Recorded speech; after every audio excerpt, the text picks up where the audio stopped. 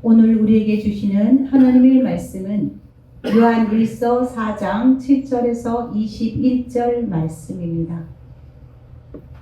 사랑하는 자들아, 우리가 서로 사랑하자.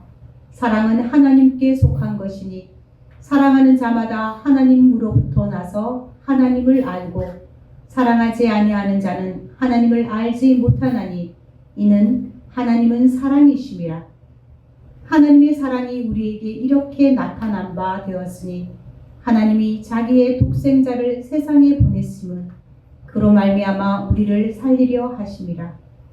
사랑은 여기 있으니 우리가 하나님을 사랑한 것이 아니요 하나님이 우리를 사랑하사 우리 죄를 속하기 위하여 화목 제물로 그 아들을 보내셨음이라. 사랑하는 자들아, 하나님이 이같이 우리를 사랑하셨은즉 우리도 서로 사랑하는 것이 마땅하도다. 어느 때나 하나님을 본 사람이 없으되 만일 우리가 서로 사랑하면 하나님이 우리 안에 거하시고 그의 사랑이 우리 안에 온전히 이루어지느니라. 그의 성령을 우리에게 주심으로 우리가 그 안에 거하고 그가 우리 안에 거하는 줄을 아느니라. 아버지가 아들을 세상의 구주로 보내신 것을 우리가 보았고 또 증언하노니 누구든지 예수를 하나님의 아들이라 시인하면 하나님이 그 안에 거하시고 그도 하나님 안에 거하느니라. 하나님이 우리를 사랑하시는 사랑을 우리가 알고 믿었노니 하나님은 사랑이시라. 사랑 안에 거하는 자는 하나님 안에 거하고 하나님도 그의 안에 거하시느니라. 이로써 사랑이 우리에게 온전히 이루어진 것은 우리로 심판날에 담대함을 가지게 하려 함이니 주께서 그러하심과 같이 우리도 이 세상에서 그러하니라. 사랑 안에 두려움이 없고 온전한 사랑이 두려움을 내쫓나니 두려움에는 형벌이 있음이라.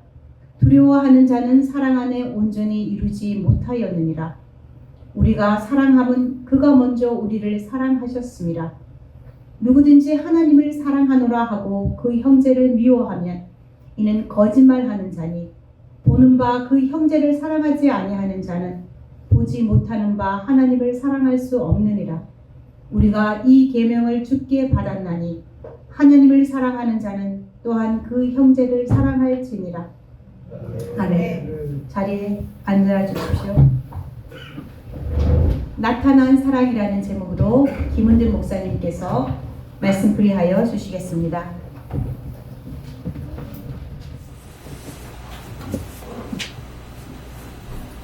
세상 살아가기가 그렇게 만만치 않은데 여러분의 삶의 무게, 삶의 짐들이 한 해 동안도 참 많았을 건데 그것이 이겨주시고 그렇게 살아주신 것 첫 번째로 너무 감사드립니다. 짐을 좀 내려놓게 했으면 좋겠다 싶은데 하여튼 그렇게 1년간 살아주시면 너무 고맙고 그리고 오늘 성도같이 우리가 서로 사랑하자 그렇게 사랑을 고백했으면 좋겠습니다. 첫 번째는 수고 많으셨습니다. 두 번째는 사랑합니다. 그렇게 한번 인사하십시다. 수고 많으셨고요. 사랑합니다.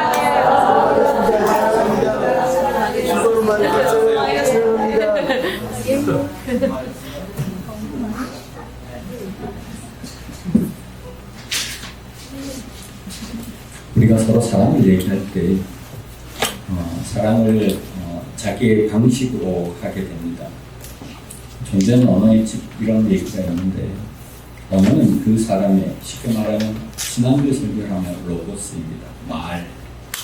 이 말은 자기를 이끌어갑니다. 내가 사랑하는 그 사랑, 내가 가지고 있는 그 사랑의 생각으로 다른 사람을 사랑하게 됩니다.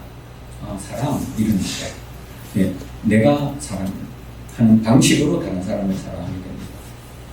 그러니까 사람은 자기가 사랑하는 사랑을 생각하고 있는 그 방식으로 남을 사랑하는데 문제는 뭐냐면 이 사랑의 언어가 서로 다르다는 것입니다. 사랑의 관념이 서로 다릅니다. 내가 너 사랑해 이렇게 얘기하는데 이 사람이 얘기하는 사랑과 그 사랑을 받는 사랑이 전혀 다릅니다. 그것은 부부 사이의 자식 관계 사이도 마찬가지입니다. 그래서 소통이 되지 않는 거죠. 언어가 서로 달라서 소통이 되지 않는 것입니다. 그리고 사랑을 표현할 때, 사랑을 수용할 때가 잘 알아듣지를 못합니다. 그럼 어떻게 해야 되겠는가? 이 사랑이라는 단어, 이 언어를 이제 통일성을 가져야 하는 거죠. 그게 이제 부부간에 서로 분쟁하기도 하고 조율하기도 하고 언어를 합일해 나가기도 합니다. 이 작업을 하지 않는 한 우리는 착각하고 있는데 우리는 같은 언어를 사용해요. 내 사람과 저 사람의 언어는 같아 이러지만 절대로 그렇지 않습니다. 그 언어를 조율하고 만들어가고 해야 됩니다. 다른 말로 하면 이런 건데 우리가 사랑을 하나님께서 우리에게 얘기하신 사랑으로 합의하자. 이게 절대 사랑이다. 내가 너희를 사랑하는 그 방식으로 사랑해줘라. 내가 너희를 사랑하는 것 같이 너희도 서로 사랑해라. 이게 예수님의 새 계명입니다. 내가 새 계명을 너희에게 준다. 내가 너희를 사랑하는 것 같이 너희가 서로 사랑하는 거지. 네 방식대로, 이 사회가 얘기하는 방식대로, 이 문화대로, 이 국가가 얘기하는 방식의 사랑, 그걸 하지 말라는 겁니다. 예수가 얘기하는 사랑으로 사랑하라는 것입니다. 예수의 로고스가 있고 이 세상이 가지고 있는 언어가 있습니다. 내 마음속에 언어가 있고 세상이 가지고 있는 언어가 있습니다. 예를 들면 지금 전쟁이 한창인데 이 사람은 무엇 때문에 전쟁을 할까요? 조국을 사랑해서 타민족을 막 죽일 수가 있어. 그들의 가슴 속에는 이건 진짜 사랑이다. 내 가족을 정말로 사랑해. 근데 자기는 그 경험상 이것을 버릴 수 없어. 이 로고스를 버릴 수가 없어. 근데 전쟁의 방식으로 자기 가족을 사랑해. 우리는 우리가 갖고 있는 자기 확신적인 자기 언어에 대해서 질문을 던지는 걸 자기 부정이라고 부릅니다. 자기를 부정하지 않고는 예수 그리스도의 사랑을 수용할 수가 없습니다. 평생 자기 방식으로 사랑하게 되죠. 배타적이고 이기적이고 자기 중심적인 사랑을 하게 됩니다. 하나님의 사랑은 그럼 무엇인가? 첫 번째는 이렇게 얘기합니다. 사랑은 너네들에게 속한 게 아니야. 너네 의식 속에 있는 게 아니야. 인간은 사랑할 줄 몰라. 인간은 기본적으로 자기 이기적 존재이고 자기 중심적 존재야. 자기 욕구가 자기를 지배하는 존재야. 사랑은 하나님께 있는 거야. 이 하나님의 사랑이 무엇인가? 사랑은 이렇게 나타난 바가 되었어. 예수 그리스도의 사랑, 그것을 본받아야 돼. 사랑은 이렇게 나타난 바가 되었어. 하나님의 세상을 이처럼 사랑해서 독생자를 주셨어. 너희들에게 화목제로 주셨어. 이 땅에 보내셨어. 그래서 그 수많은 자기의 피조물의 세계 속에 자기의 생명을 들여.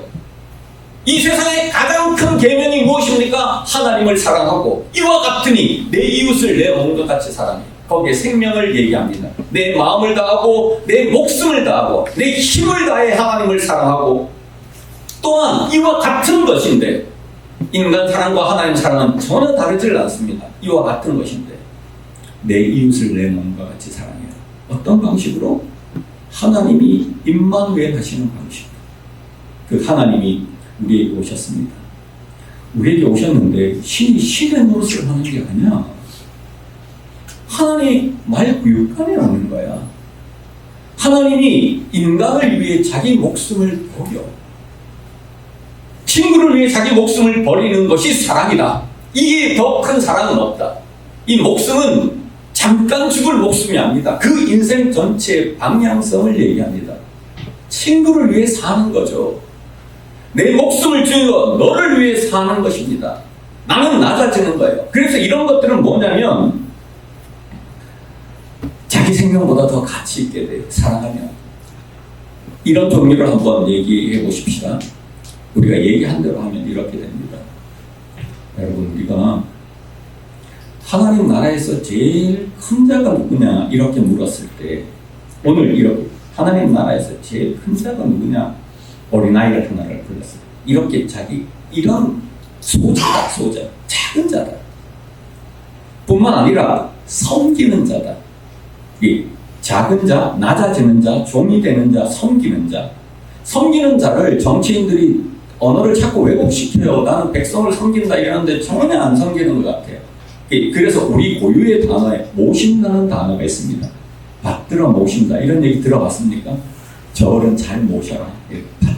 받들어서 모셔라. 이게 인사죠, 인사. 우리 원래 인사 문화를 가지려고 합니다.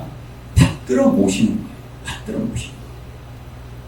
근데 받들어 모시는 것에, 낮아지는 것의 결정체가 뭘까요? 사랑이죠. 내가 예수 그리스도와 같이 너 밑에서 너를 주인으로 모시고 너를 위해서 내 생명을 사용하고 이웃을 위해서 내 생명을 사용하는 것만큼 받들어 모시는 게 어디 있겠습니까? 섬기는 게 어디 있겠습니까? 내가 사랑하면 그 사람은 높아집니다. 내가 사랑하면 그 사람은 내 생명보다 귀해집니다. 그래서 사랑받는 사람들은 자존감이 탄탄해지는 거예요. 예수님보다 내 생명이 더 귀해졌어요. 예수님이 나를 위해 죽었잖아요. 하늘이 나를 위해 살았어요. 죽고. 그러니까 내 자존감이, 인간의 자존감은 인간의 행복의 중요한 척도입니다. 너무, 그러니까 내 자존감은 탄탄하죠. 근데 내 이웃이, 저 사람이 나를 자기 생명과 같이 여겨. 내 이웃을 내 몸과 같이 사랑해요. 저 사람이 나를 그렇게 여겨. 이건 가슴 뭉클한 사건이죠. 저 사람이 나를 생명과 같이, 제가 나를 자기 몸과 같이. 그게 예수가 얘기하는 낮아짐에, 섬김에, 모심에, 나는 생명을 가진 사람. 그겁니다. 너를 나보다 낫게 여기는 겁니다. 너를 위해 내가 존재하는 것입니다. 근데 그러면 사랑의 반대말은 뭘까요? 그래요. 러브 이즈 우리 많이 했죠. 사랑의 반대말은 무관심이다. 좋습니다. 근데 사랑이 낮아짐이라면 사랑의 반대말은 뭘까요? 높아짐이죠. 자기를 중심에 놓고 다른 사람을 다 사용합니다. 자기가 높아지기 시작합니다. 여러분, 사랑을 우습게 생각하면 안 됩니다. 여러분, 우리는 다시 한번 강조하지만 도둑질하는 거 괜찮아요. 좀 회개해요. 막 수많은 범죄들이 있어요. 도덕적인 수많은 범죄들이 있습니다. 예수님은 괜찮아, 그러지 마. 나도 너를 정죄하지 않을게. 그런데 말을 왜곡하는 자와 사랑하지 않는 자. 사랑은 인간의 본연에 주신 하나님의 명이잖아요. 근데 사랑하지 않아. 근데 죄의식이 없어. 사랑이란 건 남의 밑에 서겠다는 건데, 남을 위해 존재하겠다는 건데, 이 존재성을 갖지, 이건 가장 큰 범죄죠. 이 범죄가 아담과 하와의 범죄입니다. 하나님처럼 되고 싶은 거예요. 하나님의 자리에 올라가고 싶은 거예요. 자기 존재성을 위해 나머지 모두를 이용하는 거예요. 사용하는 거예요. 사랑은 어떤 것도 수단화하지 않습니다. 어떤 것도 수단화되었을 때 그것을 사랑이라고 말하지 않습니다. 내가 직장에 나가. 직장에 나가서는 진짜 일하기 싫어. 대충 만들어. 내가 농사를 져. 다른 사람 먹는 데는 농약 막 뿌려. 그리고 자기의 가족을 위해서는 정말로 그 농약 뿌리지 않고 그냥 자연적으로 생산해. 여러분, 사랑 같습니까? 근데 우리의 삶이 그렇지 않을까요? 가족을 사랑한다는 그 명명 아래 남들이 자기 자식은 그게 자기가 되게 사랑하는 듯이 보이지만 그게 그 사람은 사랑할 수 있는 사람일까요? 사랑은 존재입니다. 여기 가서 사랑할 수 없는 사람은 여기 와서도 사랑할 수 없죠. 절대로 가족을 사랑하는 게 아니죠. 우리 정치사회도 그렇습니다. 남의 가족은 다 해파합니다. 남의 아내는 감옥에 집어넣어요. 그리고 자기 아내는 자기가 보호해요. 여러분 사랑같이 보입니까? 여러분은 안 그렇습니까? 예전에 이팀 집사 욕하는 거 아닙니다. 욕 한번 해볼게요. 뭐 때문에 살아야 했더니 가족 때문에 사는데 직장도 재미없고 가족 때문에 사는데 그럼 가족을 사랑하는 게 맞겠습니까? 정말로 그 순수한 마음은 충분히 이해합니다. 그 로고스를 이해한다고요. 자기가 가족을 사랑한다는 걸 정말로 이해해요. 김은지 집사님이 예를 들어서 학교를 갔는데 애들 가르치는 건 관심 없어. 돈 벌어서 우리 딸을 가르쳐야지. 이러면 가족 사랑이 맞겠습니까? 여러분, 사랑은 존재성이라니까요. 존재라는 건 여기서 사랑하지 못하는 존재가 하나님은 사랑이시라 할 때 이건 존재라는 얘기입니다.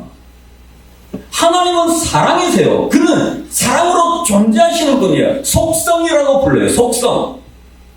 하나님은 사랑이시다. 사랑은 존재가 아니면 될 수가 없는 거예요. 자기중심성이란 진짜 악에 가깝습니다. 여기서 악이라고 하면 너무 내가 심하게 여러분을 대하는 거니까 뭐라고 죄는 넘어섭니다. 하나님의 사랑이 아니라 자기가 믿고 있는 가족 사랑, 아내 사랑, 남편 사랑, 이런 모든 것들이 깨트려지지 않은 그 로고스는 세상 말이잖아요. 그걸 사랑이라고 확실히 믿고 있는 거. 이것은 말의 왜곡이잖아요. 바리새인들이 했던 일들이잖아요. 그렇다 이렇게 얘기하는 거죠. 아, 여기 신혼부부들이 있는데 조심해야 되는데.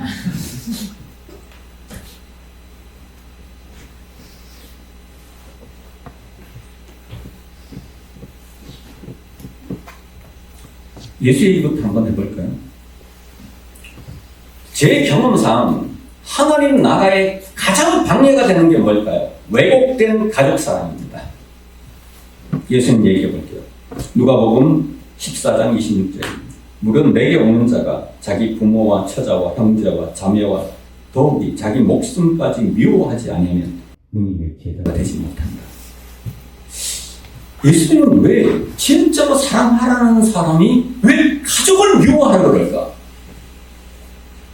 이게 말이 됩니까? 형제도 사랑하라는데 가족을 미워하래.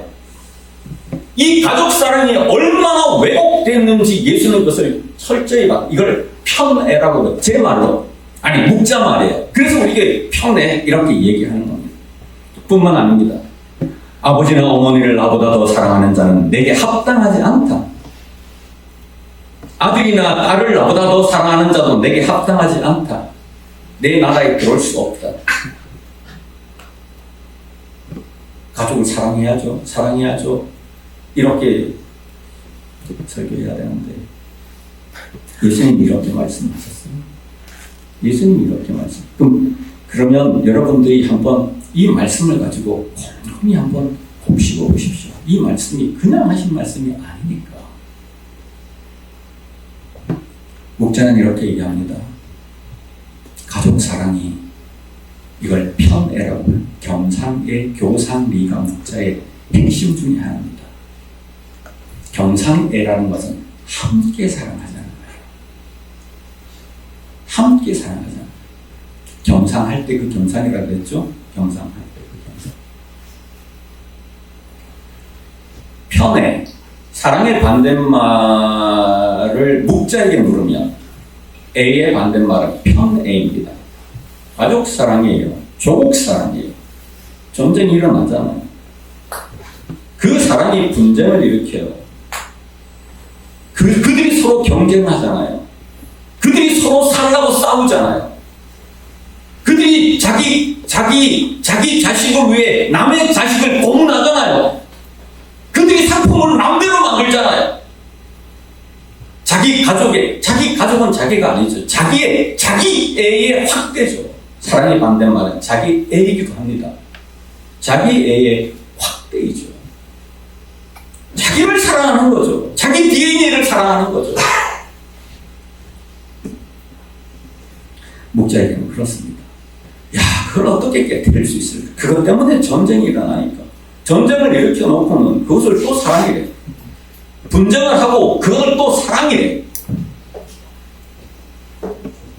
이 사랑을 해치하지 않는 한 여러분은 사랑할 수 없습니다.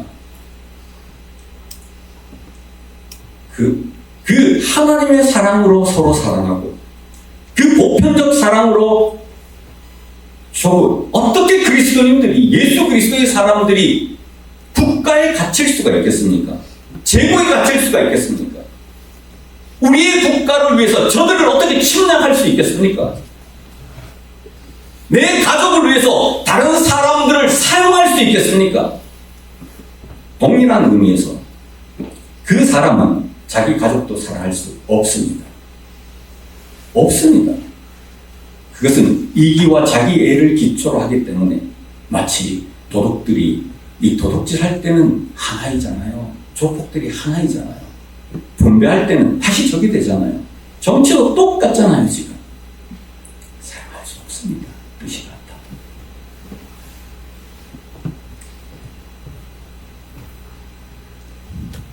사실 공자도 똑같이 얘기를 합니다. 공자도 제가라는 것, 수신이라는 것, 제가라는 건 치국을 위한 도구예요. 치국으로 열려있는 거죠. 너무 심각해졌는데 얼굴 푼다. 마음껏 사랑하면 근데 사랑이 쉽게 되는 게 결코 아닙니다. 사랑하면 하나님 안에 거하고 그가 내 안에 거한다는 건 그분의 관념을 조금 더 얘기하겠습니다. 자기 민족만 사랑할 수 없습니다. 사랑은 존재성이 있기 때문에 자기 조국만 사랑할 수 없습니다. 자기 국가만 사랑할 수 없습니다. 자기만 사랑할 수, 그 사람은 사랑을 할 수 없는 사람입니다. 반대도 마찬가지입니다. 자기 가족을 사랑하지 않고 조국을 사랑할 수 없습니다. 똑같습니다. 이 반대는 동일합니다. 사랑은 인간이 할 수 있는 게 아닙니다. 우리는 이런 것들을 사랑이라고 착각할 때가 많은데, 정말 나는 이런 것들이 아름다워요. 지금 너무 아름다워요. 옛날에 되게 비판했는데 지금 되게 아름다워요. 막 큐피트의 화살이 내 가슴 속에 박히고, 이것 때문에 아파하고 울고 시를 쓰고 승화시키고 서로 사랑하고 이렇게 얘기하면 꼰대라 그럴지 모르지만 낭만에 대하여 이 보면 역설이 하나 나오는데 이제 와서 내가 이별의 아픔을 경험할 수 있을까? 그건 얼마나 아름다운 것인가? 아니면 김광석의 너무 아픈 사랑은 사랑이 아니었으면 이런 걸 들으면서 그 세계가 되게 좋죠. 거기는 결정적으로 일어나긴 하죠. 눈이 멀어요. 그 사람을 보지 못해요. 근데 가슴이 뜨거워. 이거는 사랑의 시작일 수 있고 사랑의 초래일 수는 있지만 사랑일 수는 없죠. 왜냐하면 사랑은 저 사람을 보는 데서 시작하거든요. 사랑은 머리가 필요해요. 저 사람을 봐야 해요. 저 사람이 좋아하는 게 뭔가가 보여야 하는데 첫 번째 이 사람, 가슴이 뜨거운 사람은 자기가 막 해주는 걸 사랑이라고 생각해요. 상대가 없어. 자기가 있어. 자기 중심적이야. 내 친구 중에 이런 놈이 하나 있습니다. 아내를 사랑한다는데 아내는 그거 진짜 싫어해요. 근데 진짜 돈 많이 써서 그걸 갖다 바쳐요. 아내에게 보트 하나를 사서 갖다 바쳤어요. 진짜로. 아내는 진짜 싫어해요. 턴테이블을 옛날 걸 막 사가지고 막 찾아다니면서 사서 갖다 바쳤어요. 상대가 없어요. 아내에게 필요한 것이 무엇인지를 살피지 않아요. 근데 여기 약점은 또 하나가 있는데 눈을 뜨는 순간, 눈꺼풀이 끼는 순간 다시 얘기를 시작해야 돼요. 아직 그러지는 않겠지? 너무 덥겠지? 여긴 아직도 그럴지도 눈을 뜨기 시작하면, 보이기 시작하면 다시 조율이 필요해요. 튜닝이 필요해요. 화음을 위해서. 튜닝하는데 두려워하지 마요. 튜닝 해야지. 그래야 화음이 되지. 오늘 기도도 있어야 되는데.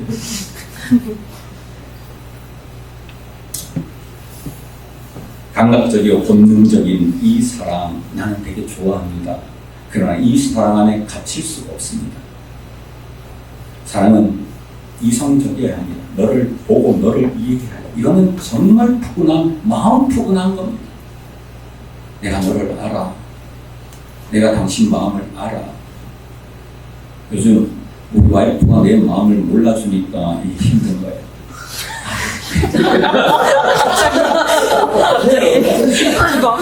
알아주세요. 사주가 안 되는 건데. 그렇습니다. 내가 너를 안다. 야, 이렇게 얘기하면 진짜 가슴이, 와, 준영아, 내가 진짜 너 알아. 너 이해했어. 너는 가슴이 푸근하잖아요. 그렇지 않습니까? 맞습니다. 그래야 내가 사랑을 하기 시작할 수 있어요. 안다고 생각해요. 모릅니다. 여러분의 가슴으로 사랑도 한계가 있지만 안다고 생각하는 것 자체를 부정하지 않는 한 여러분은 더 알아갈 수가 없습니다. 모른다고 해도 돼. 다시 알아가십시오. 올해 또 다시 알아가십시오. 사람은 고정되어 있지 않아요. 사람의 정체성이란 건 여러분같이 그렇게 이 사람은 이 사람이다 이렇게 절대로 고정되질 않습니다. 그러니까 다시 조율하고 다시 알아가야 합니다. 사람의 정체성이 어디 있습니까? 생각도 변하고 몸도 변하고 마음도 변하고 다 변하는데 욕구도 변하는데 그래서 그런 한계를 극복해서 계속 알아가자는 노력, 이걸 우리말로 하면 뭔지 아십니까? 기도입니다. 기도야. 그 사람의 이름을 불러야 합니다. 그 사람을 살펴야 합니다. 그래서 원래 기도하자. 그 일에 저는 원래는 이제 사람들의 이름을 부르기 시작했습니다. 우리 종들이 그 이름을 부르기 시작하고 살피기 시작할 겁니다. 예, 곁입니다.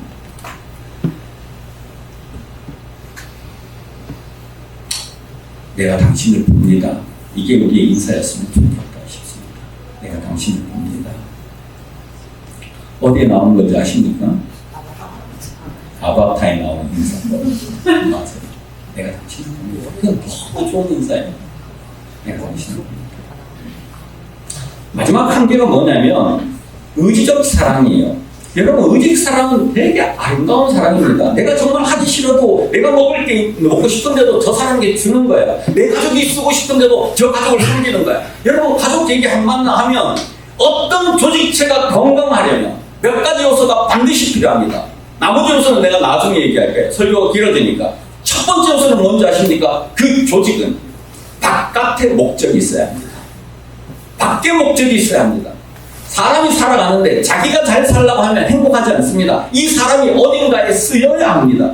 내가 무엇인가를 향해 살아야 합니다. 그래 행복하지 않을까요? 내가 사는 이유가 있어야죠. 어떤 조직체도 마찬가지입니다. 우리 교회가 우리 교회에 부흥시키고 뭐 이런 걸로 살면 재미없습니다. 이 교회는 무엇인가 세상을 향해 열려 있었고 그걸 위해서 나아가야 합니다. 가족도 마찬가지입니다. 그렇지 않을까요? 근데 여러분의 가족이 지향성이 뭡니까? 뭘 위해 존재합니까? 이게 없으면 사랑하지 않는 겁니다. 내 가족만 사랑해? 있을 수가 없죠. 그리고 재미도 없죠. 정말로 어떤 조직이 건강하려면 그 조직의 목적이 바깥에 있어야 합니다. 근데 우리는 안으로 가져오려고 합니다. 마지막 얘기 하나 하고 마치도록 하겠습니다. 아유, 길어졌습니다. 근데 왜 이렇게 길어졌지? 짧게 가져왔는데 성경에 흐르는 여러분은 하나의 구원론으로 거의 통일을 이루었죠. 믿음으로 말미암아 아는 구원. 근데 이것도 막 흔들리게 갑니다. 예수 그리스도의 십자가를 믿어야 구원을 받는데 하여튼 뭐 수많은 구원 중에 믿음으로 말미암는 구원이라는 흐름이 있습니다. 근데 요한에게 흐르는 구원론은 조금 색깔이 다릅니다. 야고보에서 흐르는 구원론도 약간 다르죠. 근데 이거는 다 통일성이 있습니다. 오늘 어떻게 얘기하냐면 너희가 서로 사랑하면 내가 너희 안에 있다. 우와. 마태복음 25장 같은 데입니다. 야, 하나님 몰라도 돼. 너 하나님 알고 모르고도 상관없어. 상관없어. 근데 네가 저 가장 약한 자가 굶주렸을 때 네가 먹였어? 네가 그가 갇혔을 때 네가 찾아가봤어? 그가 헐벗을 때 입혔어? 잘했다. 그건 나를 대접한 것이다. 그에게 한 것은 곧 나에게 한 것이다. 너 영원토록 나하고 같이 살자. 오늘 요한의 복음도 마찬가지입니다. 사랑하는 자는 하나님의 안에 있고 하나님은 그 안에 거하시느니라. 사랑과 믿음과 성령을 같이 엮었습니다. 믿는 자는 하나님이 내 안에 있고 내가 그 안에 있는데가. 성령을 수용하는 자는 성령께서 우리를 확증하게, 내가 하나님 안에 있고 하나님이 나 안에 있는 걸 확증하게 계속해서 반복합니다. 사랑과 성령과 믿음을 동일선상에 놓고 있습니다. 오늘 말씀이 그렇습니다. 사랑하는 성도 여러분, 여러분이 다른 사람을 사랑하지 않고 하나님을 믿는다, 하나님을 사랑한다, 가짜다. 오늘 요한의 얘기입니다. 여러분의 가정의 목적이 바깥에 있지 않고 사랑한다? 우리 교회의 목적이 바깥에 있지 않고 사랑의 대상, 그걸 위해 무언가 위할 것이 있는 그 존재의 국가는 가능성 없습니다. 얘기하고 싶지도 않습니다. 이 국가는 진짜 이기적 집단입니다. 사람을 많이 죽였는데 영웅이라고 부르고 있잖아요, 지금. 근데 국가는 이래야 합니다. 우리 국가가 진짜로 많은 민족에게 덕을 끼치고 많은 민족을 살리는 그런 국가가 되자. 이 정도는 해야 됩니다. 말씀을 마치겠습니다. 서로 사랑하십시오.